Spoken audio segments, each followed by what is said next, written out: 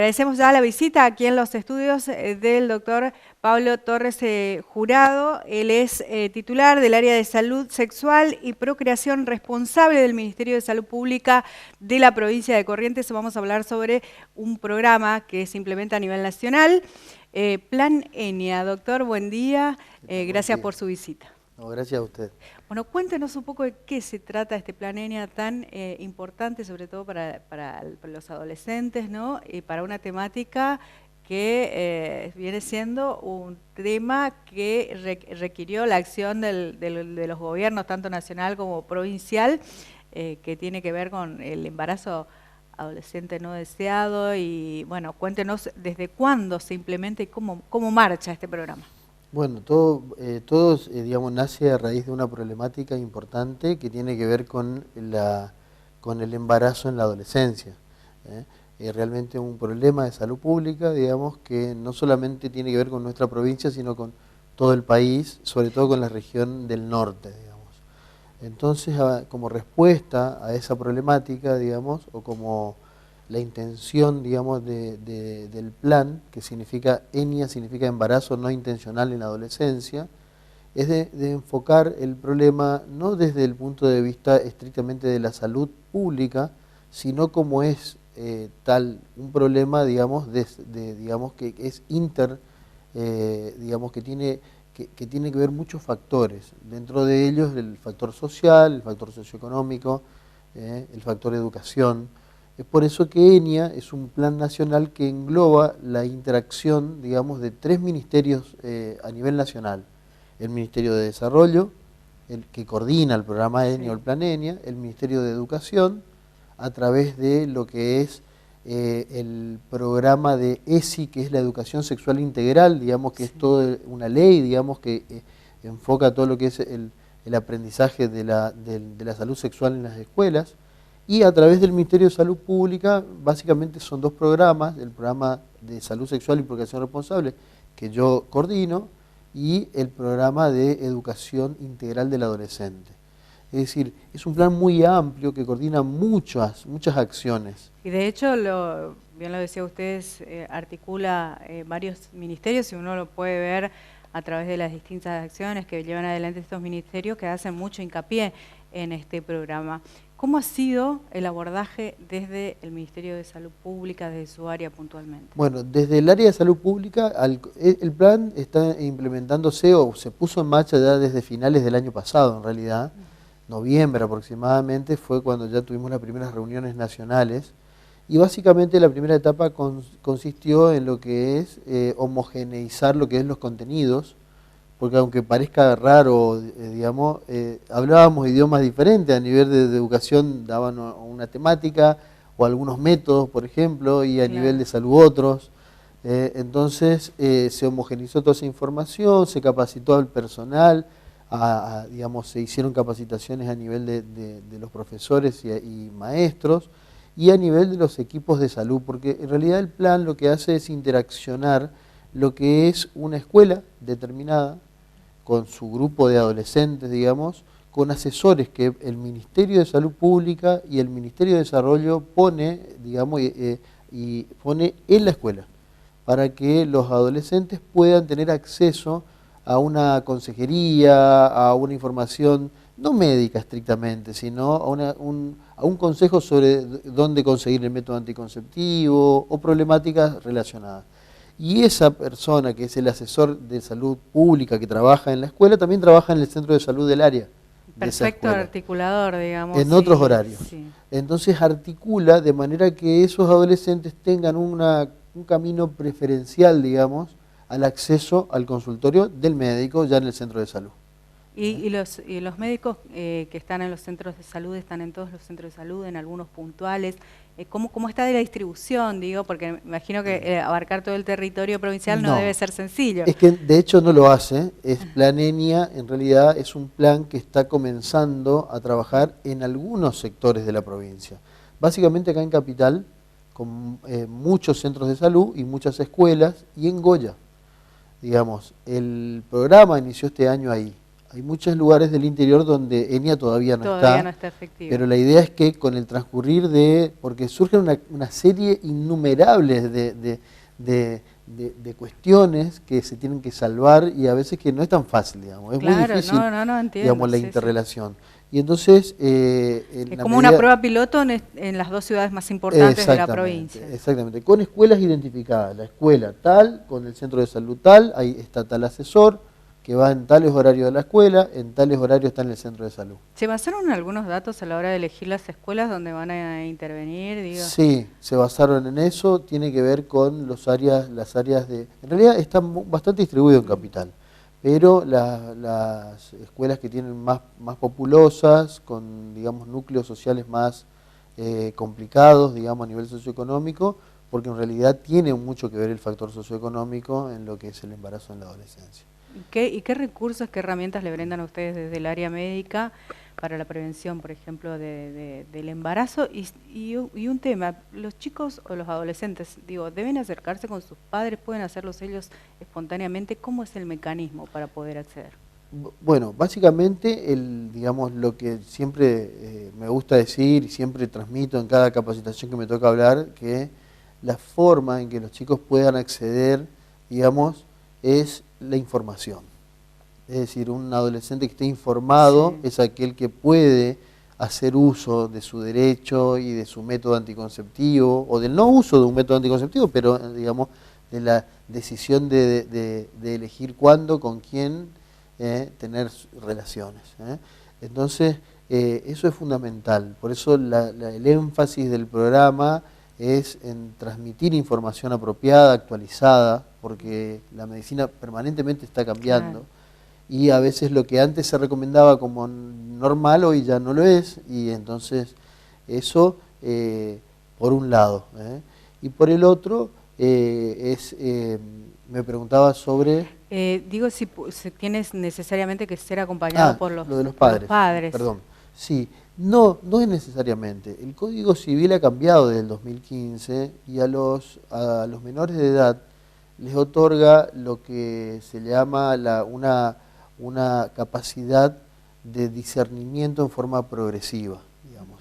Es decir, son sujetos de derecho, es decir, el paradigma que antes se pensaba de el tutelado y el tutor, digamos, es decir, o de la capacidad, es decir, menor incapaz, eso ha cambiado y la ley le permite al adolescente poder elegir, en la medida que tenga la capacidad razonable, de acuerdo a la edad que va cursando, de discernir sobre lo que es mejor para su cuerpo. De hecho, un menor de 13 años puede acceder a un método anticonceptivo sin presencia de un padre o de un tutor. No es ilegal y de hecho ocurre, digamos. Sí, más allá por allí de los cuestionamientos que pueda tener o no, incluso en la misma educación sexual en las escuelas, digo, lo que tienen garantizado los chicos es que acceden a una información veraz que está dada de manera responsable y con datos científicos de por medio, es decir, no quizás la información a la que puedan acceder a veces que puede ser errónea a través de otros medios. Exactamente, sí, por el señor Google. Yo siempre le digo a mis pacientes que Google no estudió medicina. Sí, es cierto. Y en realidad es cierto, se encuentra mucha información muy buena y muy veraz, pero también información que no es tan así. De hecho, en lo que es salud sexual hay permanentes cambios, inclusive con el mismo equipo de salud. A los equipos de salud, al profesional médico, le cuesta mucho a veces acceder o pensar en los nuevos métodos anticonceptivos, como los implantes que estamos poniendo y se han puesto muchos ya acá en Corrientes, o el DIU, por ejemplo. El DIU es un método que históricamente, inclusive muchos colegas todavía piensan que es un método para mujeres maduras que ya han tenido hijos, y hoy sabemos que el DIU es un método de elección para un adolescente, porque antes se pensaba que usar un DIU podía provocar alguna lesión en el útero, en una persona que no ha tenido hijos, por ejemplo. Y hoy sabemos que eso es bastante raro y que es poco probable que ocurra. Pero sabemos que un DIU, por ejemplo, tiene entre 5, 3, algunos 10 años de duración y que un adolescente que realmente por ahí no puede adherirse muy fácilmente a un método como las pastillas anticonceptivas, un DIU es un método sumamente eficaz. Es decir, hay distintos métodos y uno como lo adapta a la necesidad de cada uno, En digamos. base a la información, que es fundamental. Doctor, y hablando de información y esto de contactarse con adolescentes, ¿reciben una capacitación especial, digo, para hablar un lenguaje quizás sea más acorde? Porque estamos hablando de adolescentes y a veces el diálogo, no solo de cómo saber dar la información, sino esa interacción que se tiene que dar con el adolescente para crear sobre todo un marco de confianza para que puedan... no sé, mencionar todas sus dudas, conflictos o lo que quieran saber. ¿Se da ese tipo de Bueno, capacitación? sí, es un tema muy controversial, digamos, muy Sí. crítico. El adolescente es una persona, digamos, que es muy desconfiado y duda mucho sobre lo que es la confidencialidad en el centro de salud. Por eso es que es difícil que el adolescente acceda al centro de salud, aunque esté disponible. Los horarios no son los mismos, los chicos van a la escuela y entonces necesitan ir a la tarde o a la mañana los que van a la tarde. Entonces es bastante conflictivo. Se trabaja mucho en ese aspecto, sobre todo lo que tiene que ver con la confidencialidad de la información, del secreto profesional. Es decir, no se pide, hoy día no se exige presentar un documento para utilizar un método anticonceptivo, no necesita llevar el DNI para que se le pueda dar un método anticonceptivo. A veces por ahí puede venir a buscar un método anticonceptivo para la novia, a veces vienen los chicos al centro de salud a retirar la pastilla para la novia, por ejemplo, o los preservativos que están disponibles. Entonces no es necesario ni DNI ni ningún tipo de trámite que conspire contra el acceso al método, digamos. Mencionó un tema que son los implantes subdérmicos y le quiero, además de ese, preguntar otro tema que tiene que ver más con salud sexual. Es algo que pareciera que es endémico y cada vez, antes lo pensábamos aquí solo en la Argentina, pero empezamos a ver títulos internacionales de la preocupación del HPV, que también, digo, bueno, forma parte de la salud sexual, obviamente, ¿no? Así es. El HPV es una infección de transmisión sexual, de hecho es la infección de transmisión sexual más frecuente. Por suerte, la mayoría de las veces el HPV significa papiloma virus humano y es un virus muy viejo y tiene muchos tipos distintos, son más de 100 diferentes. De hecho, la mayoría no producen nada grave, pero existe un mínimo porcentaje de ellos que pueden estar, o sea, no que pueden, están relacionados directamente con el cáncer de cuello de útero y con el tiempo pueden provocar cáncer de cuello de útero. Es por eso que ya desde bastante tiempo, no recuerdo desde qué año, el Ministerio de Salud Pública ofrece la vacuna para el HPV en 2 cepas distintas a partir de los 11 años de edad. Eso, digamos, en nuestro país es una vacuna gratuita y que está disponible. Se vacuna junto con la hepatitis a los 11 años. A todos, a varones y a mujeres. Y ¿qué pasa con aquel que no se vacunó a esa edad y quiere hacerlo un poco más adelante porque no tenía conocimiento, porque a lo mejor al momento de no estaba disponible o no tenía? la idea es, originalmente se vacunaban solamente mujeres. Hace un par de años se vacunan varones. La idea es que se utiliza, digamos, nosotros en medicina hablamos de cohortes, es decir, los que este año tienen 11 años. Todos los chicos que tienen este año 11 es la cohorte este año, digamos. Son los que se vacunan. Los que lamentablemente no se vacunaron porque cuando se instrumentó la vacuna ya habían superado esa edad, digamos, en realidad se vacuna a esa edad porque se supone que a esa edad es poco probable que un adolescente ya haya iniciado sus relaciones sexuales porque es la forma más común de contagio.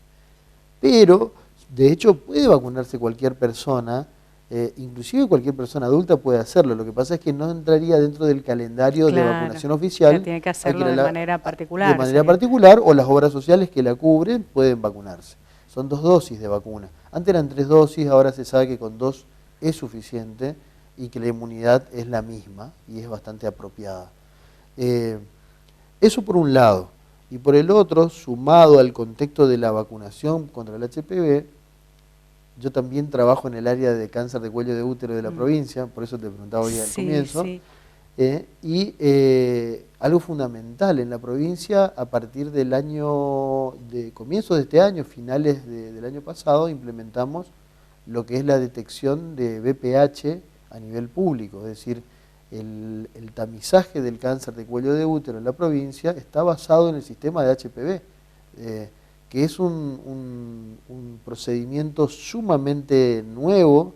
De hecho, no hay ningún lugar privado, digamos, a nivel provincial que haga el mismo análisis que hacemos en el público y que tenemos en el Hospital Vidal de Corrientes. ¿Qué tipo de, cómo es, digo, es sencillo el procedimiento, es complicado, lleva tiempo? Porque a veces uno tiene conocimiento de esta situación. Es sumamente sencillo porque se hace en el contexto de la toma del Papa Nicolau, que hoy día se recomienda, de paso, digamos, digo esto porque es muy importante, hoy día se recomienda la toma de Papa Nicolau en mujeres a partir de los 25 años, no antes.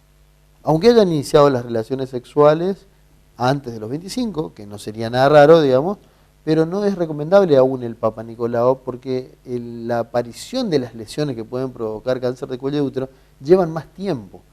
Entonces es poco probable que a los 22 o a los 20 tengamos un cáncer de cuello de útero o una lesión grave. Sí a partir de los 25 y a partir de los 30 se toma el Papa Nicolau convencional, sí, con el espéculo como siempre, con la espatulita, y es un tubito que tiene un cepillito que se coloca en el cuello del útero y ese tubito se cierra herméticamente y se manda a analizar. Eso se hace en el Hospital Vidal. En el laboratorio de anatomía patológica está emplazado el laboratorio que se instaló, un equipo de última generación. ¿Quiénes pueden acceder? Porque uno, bueno, eso en el hospital público, uno se acerca, tiene que llevar su obra social, si no tiene obra social, ¿qué hacemos? ¿Cómo Básicamente está pensado para el público, por eso lo tenemos en todos los lugares públicos. Se toman muestras de BPH en todos los centros de salud, CAPS y SAPS de la provincia, de acá de Capital, en muchos lugares de la provincia, en todos los hospitales de cabecera también, y a nivel de los hospitales de cabecera, acá Hospital Vidal y Hospital Llano también se hacen. Es gratuito, está disponible para las mujeres de 30 años para arriba. Si tenés menos de 30, no hacemos BPH, hacemos Papa Nicolau convencional. Y si estás embarazada, tampoco hacemos BPH, porque no está recomendado en la embarazada el análisis del BPH, porque es un tubito que va dentro del cuello del útero y es peligroso para el embarazo. Está disponible, es gratuito, es súper novedoso porque en realidad ese una vez que da negativo, descarta la posibilidad de que tengas el HPV y por lo tanto un cáncer de cuello de útero. ¿Siempre el cáncer de útero viene asociado al HPV o se puede dar otra situación? El cáncer de cuello de útero es uno de los cánceres que fue, digamos, históricamente muy analizado.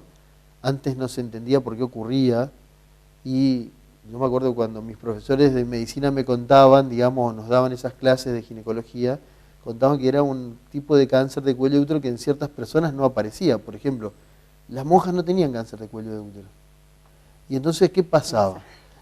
Con el tiempo se encontró que tenía que ver con las relaciones sexuales, se asoció a que quien tenía más posibilidad de tener contagios por las relaciones sexuales tenía más riesgo, y hasta que se descubrió que la presencia del HPV, algunos tipos de HPV, es fundamental para que aparezca en un 99, y algunos más %.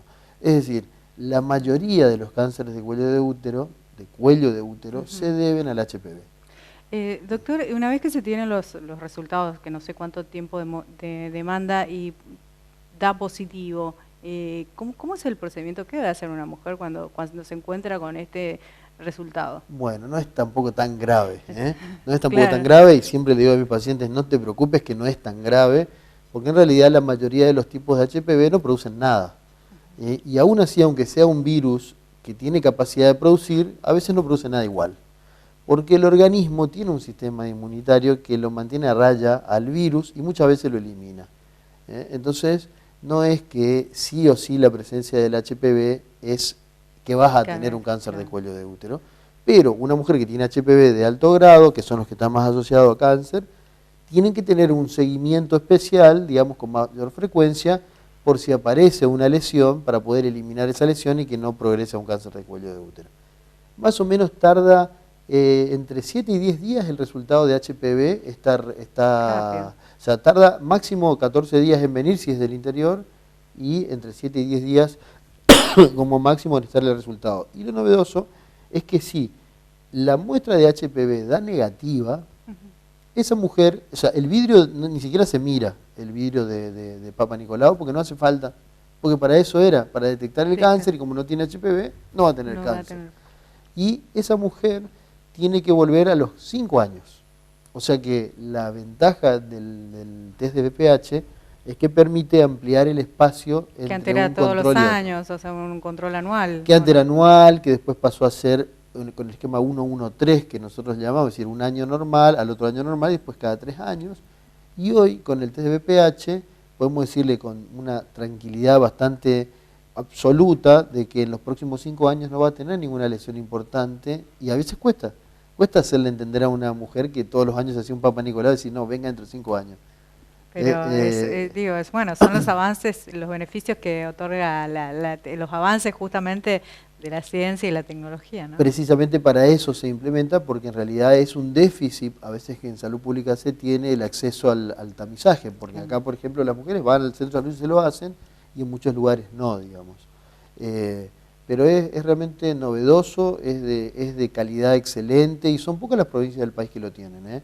Lo tienen Chaco, que se implementó junto con nosotros, Misiones, que se implementó el año pasado, Jujuy, que es la pionera, digamos, que hace más o menos unos 7 u 8 años comenzó con este tema. ¿Es una decisión de los gobiernos provinciales o depende de la decisión? Es una propuesta del Programa Nacional de Prevención de Cáncer de Cuello de Útero, que hoy día forma parte de lo que es el Instituto Nacional del Cáncer, el INC, pero se necesita, obviamente, la decisión política provincial, que lo hemos tenido aquí, ya sea del gobernador, del ministro, decir, bueno, esto es lo que queremos para nuestra provincia, así que eso es muy bueno. Clarísimos sus conceptos, y muchas gracias por venir a darnos esta información tan importante en dos temas esenciales, que tiene que ver esto último que hablábamos con HPV y su posibilidad de generar un nuevo cáncer. Y hoy, bueno, tenemos herramientas son sumamente sencillas, que no son complicadas, accesibles para todos.